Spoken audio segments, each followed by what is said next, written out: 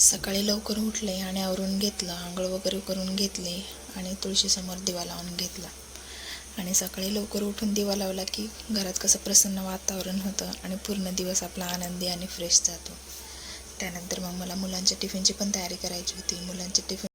मुलांच्या टिफिनमध्ये आज चपाती आणि बटर लावून दिलं होतं आणि सँडविच बनवून दिलं होतं आणि स्वीटमध्ये मी जिलेबी दिली होती. दुसरं काय बनवायला मला आज वेळच भेटला नाही. त्यानंतर मग दुपारच्या जेवणाची पण तयारी करायची होती. दुपारच्या जेवणामध्ये डाळ भात घातला होता मी कुकरमध्ये शिजायला आणि तोपर्यंत इकडं मी शेपूची भाजी निवडायला घेतली. लहानपणीचे दिवस किती छान असायचे ना. लहान असताना आई आपल्याला उठवायची आणि आपल्याला सगळं काही आवरून द्यायची आणि शाळेचं पण सगळं तीच आवरून द्यायची. आणि आता आपण आई झाल्यापासून असं झालं की आपल्याला सकाळी लवकर उठावं लागतं आणि आपल्या मुलांना आवरून द्यावं लागतं.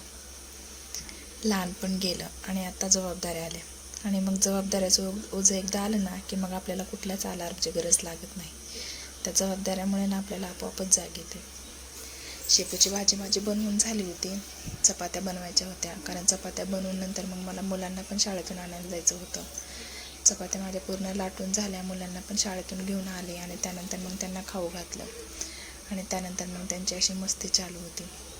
आणि मग त्यांचं एकदा जेवण वगैरे झालं की ते अशा लगेच मस्ती करायला लागतात आणि आजच्या दिवसाची सुरुवात ही मस्तीनेच झाली होती आणि शेवट पण मस्तीनेच झाला. तर चला, आजच्यासाठी एवढंच. भेटू पुढच्या व्लॉगमध्ये. तोपर्यंत बाय.